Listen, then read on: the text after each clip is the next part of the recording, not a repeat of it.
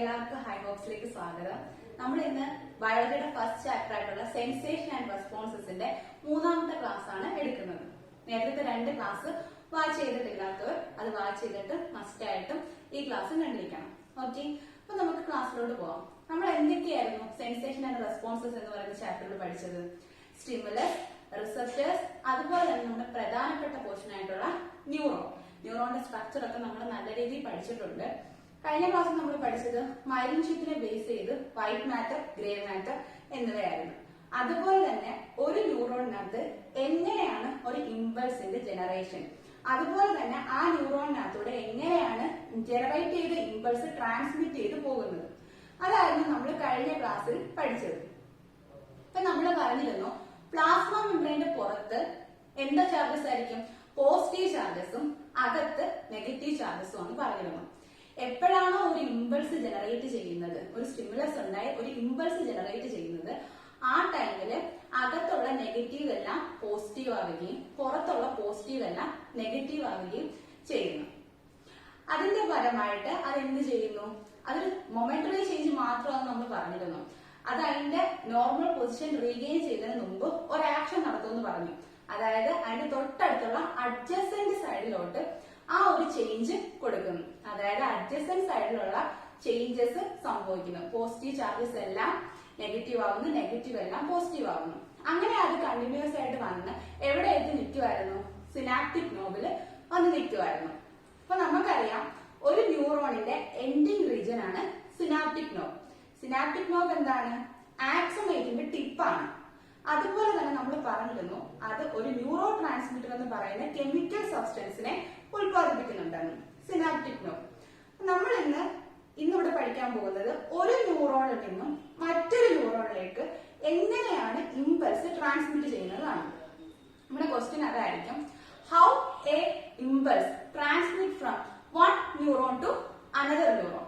ഒരു ന്യൂറോണിൽ നിന്നും മറ്റൊരു ന്യൂറോണിലേക്ക് ഇമ്പൾസിന്റെ ചലനം, ഇമ്പൾസ് എങ്ങനെ കടന്നു പോകുന്നതാണ് നമ്മൾ ഇന്ന് പഠിക്കുന്നത്. നമുക്കറിയാം നമ്മുടെ ശരീരത്തിൽ ഒരു ന്യൂറോൺ കൊണ്ട് ഒരു പ്രവർത്തനം നടക്കുന്നില്ല. ഈ ന്യൂറോൺസ് എല്ലാം ഇന്റർ കണക്റ്റഡ് ആണ്.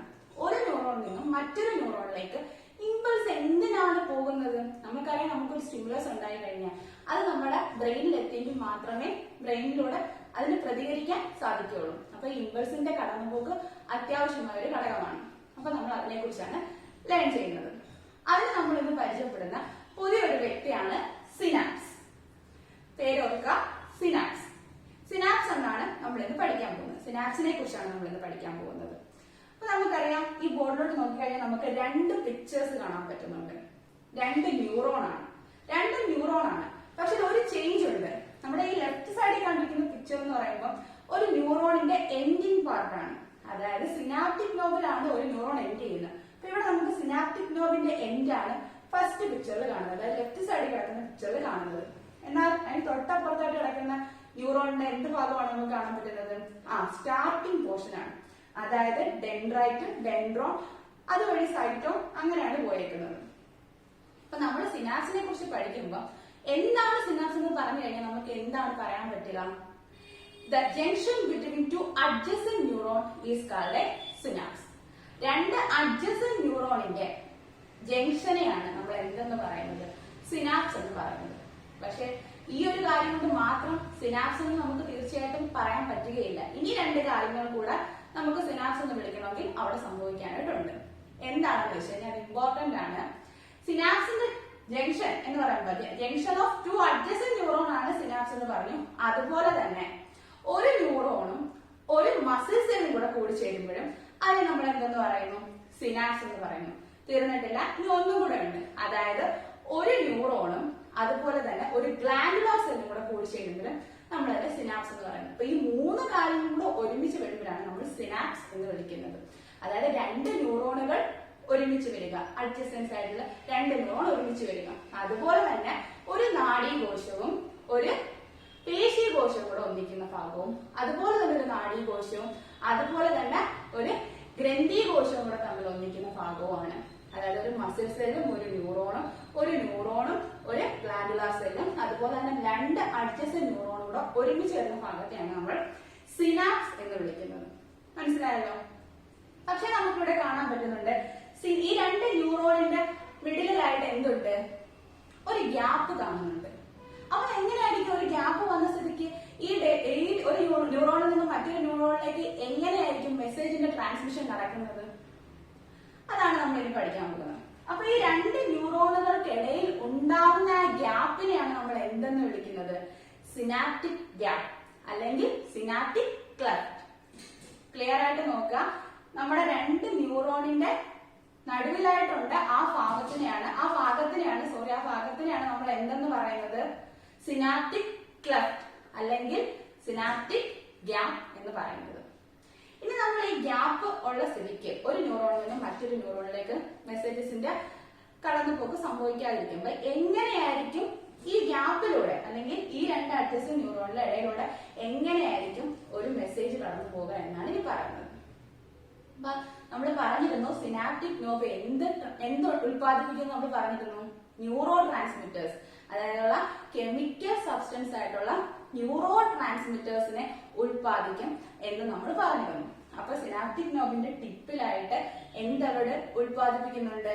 അവരത് ഒരു ന്യൂറോ ട്രാൻസ്മിറ്റർ, ഒരു രാസവസ്തുവായിട്ടുള്ള ന്യൂറോ ട്രാൻസ്മിറ്റേഴ്സിനെ ഉത്പാദിപ്പിക്കുന്നു. നമുക്ക് ഇതിന് എക്സാമ്പിൾ ആയിട്ട്, അതായത് ന്യൂറോ ട്രാൻസ്മിറ്റേഴ്സിന് നാഡീയ പ്രേക്ഷകത്തിന് എക്സാമ്പിൾ ആയിട്ട് നമുക്ക് പറയാൻ പറ്റുന്നത് ഡോപ്പമൈൻ അല്ലെങ്കിൽ അസറ്റൈൽ കോളൈൻ ആണ്. ഓക്കെ, അപ്പൊ നമ്മുടെ സിനാപ്റ്റിക് നോബ് എന്ത് ഉത്പാദിപ്പിക്കുന്നുണ്ട്? ന്യൂറോ ട്രാൻസ്മിറ്റേഴ്സ്, നാഡീയ പ്രേഷകങ്ങൾ, അതായത് എന്താണ്? കെമിക്കൽ സബ്സ്റ്റൻസ് ആയിട്ടുള്ള രാസവസ്തുവായിട്ടുള്ള നാഡീയ പ്രേക്ഷകത്തെ ഉത്പാദിപ്പിക്കുന്നുണ്ട്. അതിന് എക്സാമ്പിൾ ആയിട്ട് നമുക്ക് പറയാൻ പറ്റുന്നത് ഡോപ്പമൈൻ അല്ലെങ്കിൽ അസറ്റൈൽ കോളൈൻ. ഇത് എന്ത് ചെയ്യുന്നു? ഇത് എങ്ങോട്ട് വന്ന് ഡെപ്പോസിറ്റ് ചെയ്യുന്നു? നമ്മുടെ സിനാപ്റ്റിക് ക്ലെഫ്റ്റ് അല്ലെങ്കിൽ സിനാപ്റ്റിക് ഗ്യാപ്പിലേക്ക് ഇത് വന്ന് ഡെപ്പോസിറ്റ് ചെയ്യുന്നു. ഏത്? ന്യൂറോ ട്രാൻസ്മിറ്റേഴ്സ് ആയിട്ടുള്ള ഡോപ്പമൈൻ അല്ലെങ്കിൽ അസറ്റൈൽ കോളൈൻ. ഇത് ഇങ്ങനെ ട്രാൻസ്മിറ്റ് ചെയ്ത് ഈ ഗ്യാപ്പിലേക്ക് വന്ന് വീഴുന്ന ടൈമിൽ അത് എന്ത് ചെയ്യുന്നു? It stimulates the adjacent neuron. അതിന്റെ അഡ്ജസന്റ് ന്യൂറോണിനെ, അടുത്ത് കിടക്കുന്ന ന്യൂറോണിനെ സ്റ്റിമുലേറ്റ് ചെയ്യുന്നു. പ്രധാനമായിട്ട് നമുക്ക് ഡെൻഡ്രൈറ്റ് എന്നെടുത്ത് പറയണം.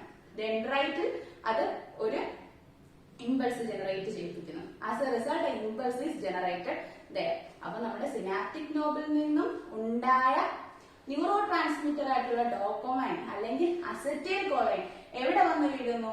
ഈ സിനാപ്റ്റിക് ക്ലെഫ്റ്റിൽ അല്ലെങ്കിൽ സിനാപ്റ്റിക് ഗ്യാപ്പിൽ വന്ന് വീഴുന്നതിന്റെ ഭാഗമായിട്ട് അത് അടുത്തുള്ള ന്യൂറോണിനെ സ്റ്റിമുലേറ്റ് ചെയ്യുന്നു. അതുവഴി ഒരു ഇമ്പൾസ് അവിടെ ജനറേറ്റ് ചെയ്യുന്നു. പിന്നെ ഇവിടെ പ്രധാനമായിട്ടും നമ്മൾ പറയേണ്ടത്, ഈ ന്യൂറോണിൽ എന്ത് സ്റ്റിമുലസ് ആണോ ഉണ്ടായത് അതേ സ്റ്റിമുലസ് തന്നെ ആയിരിക്കും എവിടെ ഉണ്ടാവുന്നത്? തൊട്ടടുത്ത ന്യൂറോണിലും ഉണ്ടാവുന്നത്. അതായത് ഇവിടെ ചൂടാണ് നമുക്ക് അനുഭവപ്പെട്ടെങ്കിൽ ഇവിടെ ഒരിക്കലും തണുപ്പ് അനുഭവപ്പെടത്തില്ല. ചൂട് തന്നെയായിരിക്കും തൊട്ടടുത്ത ന്യൂറോണിലും അനുഭവപ്പെടുന്നത്. അതുപോലെ തന്നെ പെയിൻ ആണെങ്കിൽ പെയിൻ തന്നെയായിരിക്കും ഇവിടെ ജനറേറ്റ് ചെയ്യുന്നത്. ആ ഒരു ഇമ്പൾസ് തന്നെ ആയിരിക്കും ഇവിടെ ജനറേറ്റ് ചെയ്യുന്നത്. ഇനി നമുക്ക് പറയാനുള്ളത് സിനാപ്സിന്റെ ധർമ്മത്തെ കുറിച്ചാണ്. എന്താണ് സിനാപ്സിന്റെ ധർമ്മം? It accelerate the speed of impulses. ഇമ്പൾസിന്റെ സ്പീഡിനെ ആക്സിലറേറ്റ് ചെയ്യുന്നു. സിനാപ്സിന്റെ ധർമ്മമാണ് it accelerate the speed of impulses. അതുപോലെ തന്നെ ആവേഗങ്ങളുടെ സഞ്ചാര ദിശയും ആരാണ് കൊടുക്കുന്നത്? ഈ സിനാപ്സ് ആണ് കൊടുക്കുന്നത്. ഡയറക്ഷൻ കൊടുക്കാനും സിനാപ്സ് സഹായിക്കുന്നു. ഓക്കെ, അപ്പൊ നമ്മള് ന്യൂറോൺ എന്ന പോർഷൻ നമ്മളിവിടെ നിർത്താൻ പോവുകയാണ്. നമ്മൾ ന്യൂറോണിന്റെ സ്ട്രക്ചറും അതുപോലെ തന്നെ അതിനെ ബേസ് ചെയ്ത് മൈലിൻ ഷീറ്റിനെ കുറിച്ചും ഒക്കെ, അതുപോലെ തന്നെ ഇമ്പൾസിന്റെ ജനറേഷൻ, അതിന്റെ ട്രാൻസ്മിഷൻ ഒക്കെ നമ്മൾ പറഞ്ഞു. ഇവിടെ നമ്മൾ ഒരു ന്യൂറോണിൽ നിന്ന് മറ്റൊരു ന്യൂറോണിലേക്ക് ഇമ്പൾസ് എങ്ങനെ പോകുന്നു എന്നതും കൂടെ പഠിച്ച് നമ്മൾ ന്യൂറോണിനെ ഇവിടെ സ്റ്റോപ്പ് ചെയ്യുകയാണ്. നമുക്ക് ഒന്നുകൂടെ പറയാം, ഒരു ന്യൂറോണിൽ നിന്നും മറ്റൊരു ന്യൂറോണിലേക്ക് മെസ്സേജസ് പാസ് ചെയ്യുന്നത് എങ്ങനെയെന്നാണ് നമ്മൾ ഇതിലൂടെ പഠിച്ചത്. രണ്ട് ഡയഗ്രം നമ്മളിവിടെ കാണിച്ചിട്ടുണ്ട്. രണ്ട് ന്യൂറോൺ ആണ്. ഒരു ന്യൂറോൺ എന്ന് പറയുന്നത് എന്താണ്? ഒരു ന്യൂറോണിന്റെ എൻഡിങ് പാർട്ടും ഒരു ന്യൂറോണിന്റെ സ്റ്റാർട്ടിംഗ് പാർട്ടുമാണ് നമ്മളിവിടെ കൊടുത്തിരിക്കുന്നത്. ഇവിടെ എൻഡിങ് പാർട്ടായിട്ടുള്ള സിനാപ്റ്റിക് നോബും അവിടെ സ്റ്റാർട്ടിംഗ് പാർട്ടായിട്ടുള്ള ഡെൻഡ്രൈറ്റിസും ആണ് ഉള്ളത്. When an electric impulse reaches the synaptic knob, എപ്പോഴാണോ ഒരു ഇമ്പൾസ് നമ്മുടെ സിനാപ്റ്റിക് നോബിലേക്ക് എത്തുന്നത്, that time it produces certain chemical substances. ആ ടൈമിൽ അത് എന്ത് പ്രൊഡ്യൂസ് ചെയ്തു? കെമിക്കൽ സബ്സ്റ്റൻസസ് ആയിട്ടുള്ള ഒരു ന്യൂറോ ട്രാൻസ്മിറ്റേഴ്സിനെ ഉണ്ടാക്കുന്നു. ആ ടൈമിലാണ് എന്തുണ്ടാവുന്നത്? ഒരു ന്യൂറോ ട്രാൻസ്മിറ്റർ ആയിട്ടുള്ള ഡോപ്പമൈൻ അല്ലെങ്കിൽ അസറ്റൈൽ കോളൈൻ ഉണ്ടാവുകയും അത് എങ്ങോട്ട് ഡെപ്പോസിറ്റ് ചെയ്യുന്നു? നമ്മുടെ സിനാപ്റ്റിക് ക്ലെഫ്റ്റിലോട്ട് ഡിപ്പോസിറ്റ് ചെയ്യുകയും ചെയ്യുന്നു. നമ്മൾ പറഞ്ഞ സിനാപ്സ് എന്ന് നമ്മൾ എന്തിനാണ് വിളിച്ചത്? എന്തിനാണ് നമ്മൾ സിനാപ്സ് എന്ന് വിളിച്ചത്? നമ്മൾ സിനാപ്സ് എന്ന് എന്തിനാണ് വിളിച്ചത്? The junction between two adjacent neuron, രണ്ട് അഡ്ജസന്റ് ന്യൂറോണുകളുടെ കൂടിച്ചേരലിനെയാണ് നമ്മൾ എന്തെന്ന് പറഞ്ഞത്? സിനാപ്സ് എന്ന് പറഞ്ഞത്. അതുപോലെ തന്നെ വൺ ന്യൂറോണും വൺ മസിൽ സെല്ലും തമ്മിലും കൂടിച്ചേരണം.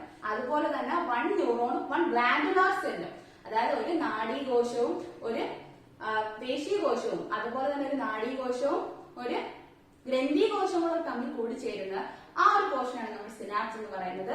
പിന്നെ നമുക്കറിയാം സിനാപ്സിലെ രണ്ട് ന്യൂറോണുകൾ തമ്മിൽ ഇന്റർകണക്റ്റഡ് അല്ല, അതിന്റെ ഇടയിൽ ഒരു സ്പേസ് ഉണ്ട്. ആ സ്പേസിനെയാണ് നമ്മൾ എന്തെന്ന് പറഞ്ഞത്? സിനാപ്റ്റിക് ക്ലെഫ്റ്റ് അല്ലെങ്കിൽ സിനാപ്റ്റിക് ഗ്യാപ്പ് എന്ന് പറഞ്ഞത്.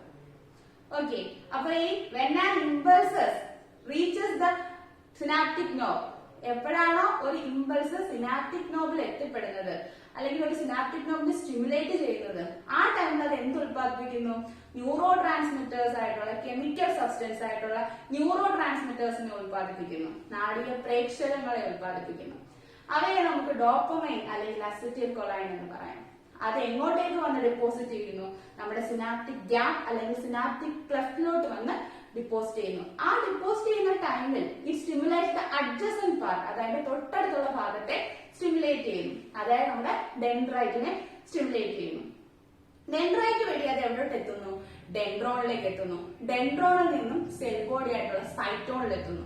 സൈറ്റോണിൽ നിന്നും ആക്സോണിലേക്ക് എത്തുന്നു. ആക്സോണിൽ നിന്നും ആക്സോണേറ്റ് വഴി വീണ്ടും അത് എങ്ങോട്ട് എത്തുന്നു? സിനാപ്റ്റിക് നോബിന്റെ ടിപ്പിലായിട്ട് എത്തുന്നു. സിനാപ്റ്റിക് നോബിന്റെ ടിപ്പാണ് വീണ്ടും എന്ത് ചെയ്യുന്നത്?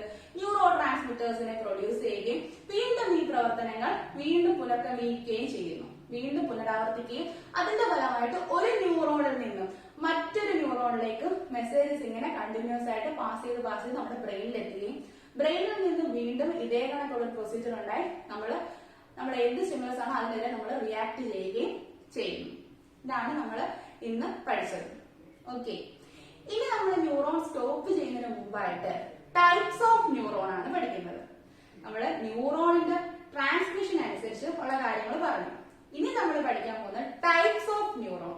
There are mainly 3 types of neuron. നമുക്ക് ഇവിടെ 3 ടൈപ്പ് ഓഫ് ന്യൂറോൺ ആണ് പഠിക്കാനുള്ളത്. On the basis of the direction of impulses, ഇമ്പൾസുകളുടെ സന്ദേശങ്ങളുടെ സഞ്ചാരത്തിനനുസരിച്ച് ഡയറക്ഷൻ അനുസരിച്ച് നമ്മൾ എങ്ങോട്ടേക്കാണ് ഈ സന്ദേശങ്ങൾ എത്തിക്കുക എന്നതിന്റെ അടിസ്ഥാനത്തിൽ നമ്മൾ ന്യൂറോണിനെ 3 തരത്തിൽ ക്ലാസിഫൈ ചെയ്യുന്നു. അതിൽ ഒന്നാമത്തേതാണ് സെൻസറി ന്യൂറോൺ, രണ്ടാമത്തേതാണ് മോട്ടോർ ന്യൂറോൺ, മൂന്നാമത്തേതാണ് മിക്സഡ് ന്യൂറോൺ. സെൻസറി ന്യൂറോൺ എന്ന് വെച്ചാൽ എന്താണ്? സംവേദ നാഡി. അതുപോലെ തന്നെ മോട്ടോർ ന്യൂറോൺ എന്ന് വെച്ചാൽ എന്താണ്? പ്രേരണ നാഡി. അതുപോലെ തന്നെ ലാസ്റ്റത്തെ എന്താണ് നമ്മൾ പറഞ്ഞത്? മിക്സഡ് ന്യൂറോൺ, അതായത് സമ്മിശ്ര നാഡി. അപ്പൊ നമ്മൾ സെൻസറി ന്യൂറോണിലോട്ട് പോകാം. സംവേദ നാഡി. അപ്പൊ എന്താണ് sensory neuron? Sensory neurons are made up of sensory nerve fibres. Sensory neuron നിർമ്മിച്ചിരിക്കുന്നത് സെൻസറി നെർവ് ഫൈബേഴ്സ് വെച്ചിട്ടാണ്. അതുപോലെ തന്നെ സെൻസറി ന്യൂറോണിന്റെ കർത്തവ്യം എന്താണ്? It carries impulses from the receptor cell to the brain and spinal cord. അതായത് ഗ്രാഫീകോശങ്ങളായിട്ടുള്ള, അതായത് നമ്മുടെ റിസപ്റ്റർ സെല്ലിൽ നിന്നും ഇമ്പൾസുകളെ എങ്ങോട്ടേക്ക്, മെസ്സേജസിനെ എങ്ങോട്ടേക്ക് എത്തിക്കുന്നു? നമ്മുടെ ബ്രെയിനിലേക്കും സ്പൈനൽ കോഡിലേക്കും തലച്ചോറിലേക്കും അതുപോലെ തന്നെ സുഷുമ്നയിലേക്കും നമ്മുടെ സന്ദേശങ്ങളെ റിസപ്റ്റർ സെൽസിൽ നിന്നും എത്തിക്കുന്ന ജോലിയാണ് ആർക്കുള്ളത്? സെൻസറി ന്യൂറോണിന് ഉള്ളത്. ഓക്കെ, അപ്പൊ സെൻസറി ന്യൂറോൺ നിർമ്മിച്ചിരിക്കുന്ന സെൻസറി നെർവ് ഫൈബേഴ്സ് വെച്ചിട്ടാണ്. അതിന്റെ ജോലി എന്ന് പറയുന്നത് റിസപ്റ്റർ സെല്ലിൽ നിന്നും നമ്മുടെ മെസ്സേജസിനെ ബ്രെയിനിലേക്കും അതുപോലെ തന്നെ സ്പൈനൽ കോഡിലേക്കും എത്തിക്കുന്നു. രണ്ടാമത്തെ പാർട്ടായിരുന്നു നമ്മൾ പറഞ്ഞത് മോട്ടോർ ന്യൂറോൺ, പ്രേരക നാഡി. അതായത് നമ്മൾ നേരത്തെ സെൻസറി ന്യൂറോൺ പഠിച്ചതിന്റെ ഓപ്പോസിറ്റ് ആയിട്ട് നമുക്ക് പറയാൻ പറ്റും. ഇത് നമ്മൾ പറയുന്നത് സെൻസറി ന്യൂറോൺ ഉണ്ടാക്കിയിരിക്കുന്നത് സെൻസറി നെർവ് ഫൈബേഴ്സ് കൊണ്ടാണ്. അതുകൊണ്ട് തന്നെ മോട്ടോർ ന്യൂറോൺ ഉണ്ടാക്കിയിരിക്കുന്നതും മോട്ടോർ നെർവ് ഫൈബേഴ്സ് വെച്ചിട്ടാണ്. ഇതിന്റെ ജോലി എന്താണെന്ന് വെച്ചാൽ it carries impulses from the brain and spinal cord to the different parts of the body. അതായത് നമ്മുടെ ബ്രെയിനിൽ നിന്നും സ്പൈനൽ കോഡിൽ നിന്നും സന്ദേശങ്ങളെ നമ്മുടെ ഡിഫറെന്റ് പാർട്സ് ഓഫ് ബോഡിയുടെ വ്യത്യസ്ത ഭാഗങ്ങളിലേക്ക് കൊണ്ടുപോകുക എന്ന ജോലിയാണ് ആർക്കുള്ളത്? മോട്ടോർ ന്യൂറോണിനുള്ളത്. ഓക്കെ, മോട്ടോർ ന്യൂറോൺ നിർമ്മിച്ചിരിക്കുന്നത് എന്തുകൊണ്ടാണ്? മോട്ടോർ നെർവ് ഫൈബേഴ്സ് കൊണ്ടാണ്. അതുപോലെ തന്നെ ഇതെന്താണ് ചെയ്യുന്നത്? നമ്മുടെ ബ്രെയിനിൽ നിന്നും സ്പൈനൽ കോഡിൽ നിന്നുമുള്ള മെസ്സേജസിനെ ബോഡിയുടെ ഡിഫറെന്റ് പാർട്സിലേക്ക് കൊണ്ടുപോകുന്നു. It carries impulses from the brain and spinal cord to the different part of the body. Okay, ഇനി മൂന്നാമത്തെ ആളാണ് മിക്സഡ് ന്യൂറോൺ, അതായത് സമ്മിശ്ര നാഡി. നമുക്കറിയാം മിശ്രിതം എന്ന് പറയുമ്പോൾ നമ്മുടെ ഫസ്റ്റും സെക്കൻഡും കൂടെ തമ്മിൽ കൂടി ചേരുന്ന ഒരു ക്ലാസിഫിക്കേഷൻ ആണ് നമുക്ക് ഇവിടെ പറയാനായിട്ടുള്ളത്. അതായത് it is A combination of mixed neuron is A combination of both sensory neuron and motor neuron. അതായത് സെൻസറി ന്യൂറോണിന്റെയും മോട്ടോർ ന്യൂറോണിന്റെയും പ്രവർത്തനങ്ങൾ രണ്ടും കൂടെ കൂടിച്ചേരുന്നതാണ് എവിടെയുള്ളത്? മിക്സഡ് ന്യൂറോണിനകത്തുള്ളത്. അപ്പൊ നമ്മൾ ആദ്യം സെൻസറി ന്യൂറോണിനെ കുറിച്ച് പറഞ്ഞു, അതുപോലെ തന്നെ രണ്ടാമത് മോട്ടോർ ന്യൂറോണിനെ കുറിച്ച് പറഞ്ഞു, മൂന്നാമത് നമ്മൾ പറഞ്ഞതാണ് മിക്സഡ് ന്യൂറോൺ. മിക്സഡ് ന്യൂറോൺ എന്താണെന്ന് നമ്മൾ പറഞ്ഞിരുന്നു. എന്താണ്? Both the sensory neuron and motor ന്യൂറോണിന്റെ പ്രവർത്തനങ്ങൾ ചെയ്യുന്ന ആളാണ്. അതുകൊണ്ടാണ് സമ്മിശ്ര നാഡി എന്ന് നമ്മൾ അതിനെ പറയുന്നത്. അതായത് it carries impulses from the receptor cell to the brain and spinal cord. അത് റിസപ്റ്റർ സെല്ലിൽ നിന്നും മെസ്സേജസിനെ ബ്രെയിനിലേക്കും സ്പൈനൽ കോഡിലേക്കും കൊടുക്കുകയും അതേപോലെ തന്നെ it carries impulses from the spinal cord and brain to the different parts of the body. അതായത് നമ്മുടെ ബ്രെയിനിൽ നിന്നും സ്പൈനൽ കോഡിൽ നിന്നുമുള്ള മെസ്സേജസിനെ നമ്മുടെ ശരീരത്തിന്റെ വിവിധ ഭാഗങ്ങളിലേക്ക് കൊടുക്കാനും ആർക്ക് കഴിയുന്നു? മിക്സഡ് ന്യൂറോണ് കഴിയുന്നു. ഓക്കെ, നമ്മള് പാർട്സ് ഓഫ് ന്യൂറോൺ എന്തിന്റെ അടിസ്ഥാനത്തിലാണ് നമ്മൾ ഇതിനെ ന്യൂറോണിനെ പാർട്ടാക്കിയത്? On the basis of the direction of impulses. ഇമ്പൾസസിന്റെ ഡയറക്ഷന്റെ രീതിയിലാണ് നമ്മൾ ഇതിനെ മൂന്നായിട്ട് തരംതിരിച്ചത്. ഇമ്പൾസുകൾ, അതായത് മെസ്സേജസിനെ ഏത് ഭാഗത്തിലേക്ക് കൊടുക്കുന്നു എന്നതിന്റെ അടിസ്ഥാനത്തിലാണ് നമ്മൾ ഇമ്പൾസിനെ മൂന്നായിട്ട് ക്ലാസിഫൈ ചെയ്തത്.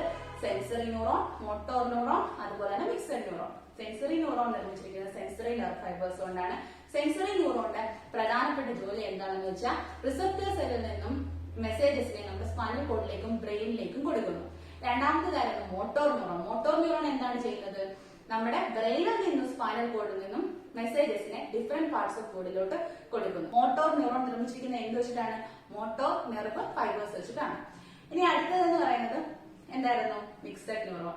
Mixed neuron is A combination of both sensory neuron and motor neuron. രണ്ടിന്റെ പ്രവർത്തനങ്ങൾ എവിടെ നമുക്ക് കാണാൻ പറ്റും?